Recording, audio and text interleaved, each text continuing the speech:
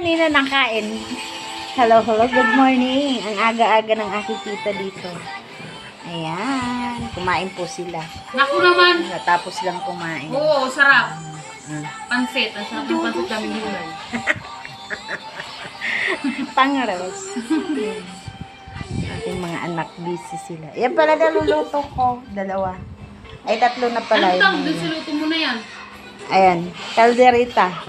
Sildereta? Mm-hmm. Sarap ba? Yeah. Kala ko, luto ka ng humba. Hindi. Nabili na akong ba dito. Ano ka ba? Sarap yun. Hindi nila kilala yun. Humba?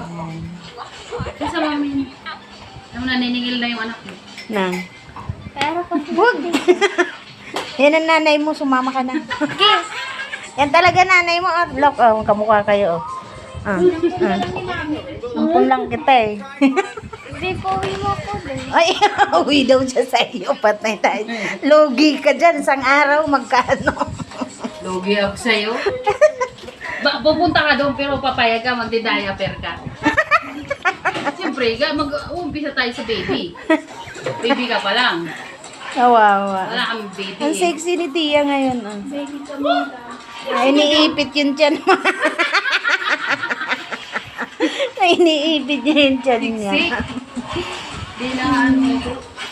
Okay, bye. Alin ba yan? Hindi.